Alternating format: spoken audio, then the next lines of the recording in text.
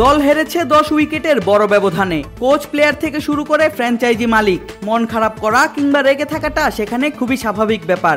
তবে অন ক্যামেরায় মাঠ ভর্তি দর্শকের সামনেই নিজের রাগ অধিনায়ক এবং কোচের উপর ঝাড়লেন দলের মালিক। গত বুধবার সানরাইজার্স হায়দ্রাবাদের বিপক্ষে লখনৌ সুপার জায়ান্টস 10 উইকেটের শোচনীয় পরাজয় গ্রহণ করে। এমন পরাজয়ের পর লখনৌ অধিনায়ক KL রাহুল এবং দলের প্রধান কোচ জাস্টিন লেঙ্গারকে শাসাতে দেখা গিয়েছে দলের কর্ণধার সঞ্জীব গোয়েনকাকে। তবে অন ক্যামেরায় মাঠ ভর্তি দর্শকের সামনে প্লেয়ার কোচদের সাথে ফ্র্যাঞ্চাইজি মালিকের এমন আচরণ ভালোভাবে নিচ্ছে না ক্রিকেট ভক্ত সমর্থক এবং বিশ্লেষকরা।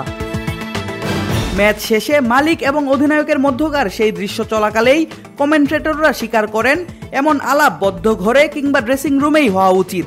সামাজিক যোগাযোগ মাধ্যমেও চলছে সঞ্জীব গোয়েনকাকে নিয়ে নানান সমালোচনা। দলের সবাই খারাপ খেলার পরেও শুধু ক্যাপ্টেনকে এভাবে শাসানো মানতে পারছেন না অনেকে। 1, 2, 3 ঢাকায় জমি জিতে নিন 100% ক্যাশব্যাক সহ 20 কোটি টাকার পুরস্কার। KL রাহুলের মন খারাপ করা ছবি শেয়ার করে কেউ কেউ লিখছেন ব্যবসায়ীদের হাতে ক্রিকেটকে তুলে দেওয়ার ফল এটি।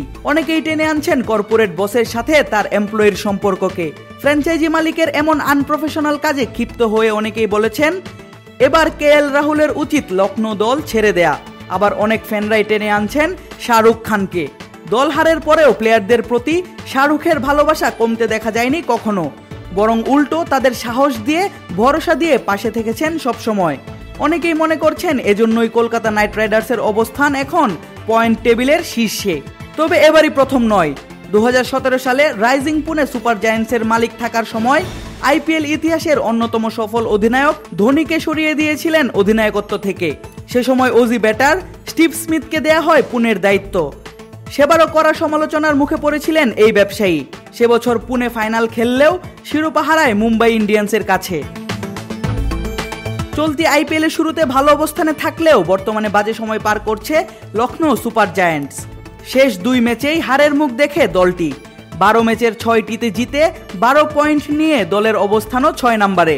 শেষ ম্যাচে বুধবার হায়দ্রাবাদের বিপক্ষে প্রথমে ব্যাট করতে নেমে 4 উইকেট হারিয়ে 20 ওভারে তারা সংগ্রহ করে 165 রান। জবাবে ব্যাট করতে নেমে মাত্র 9 ওভার 4 বলেই কোনো উইকেট না হারিয়ে খেলা জিতে যায় সানরাইজার্স হায়দ্রাবাদ।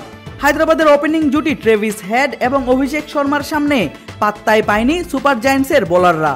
এমন শোচনীয় পরাজয়ের পরেই ঘটে লখনৌ দলের মালিক এবং অধিনায়কের মধ্যকার এই ঘটনা। আদিব আশরাফ, ক্রিক ফ্রেঞ্জি।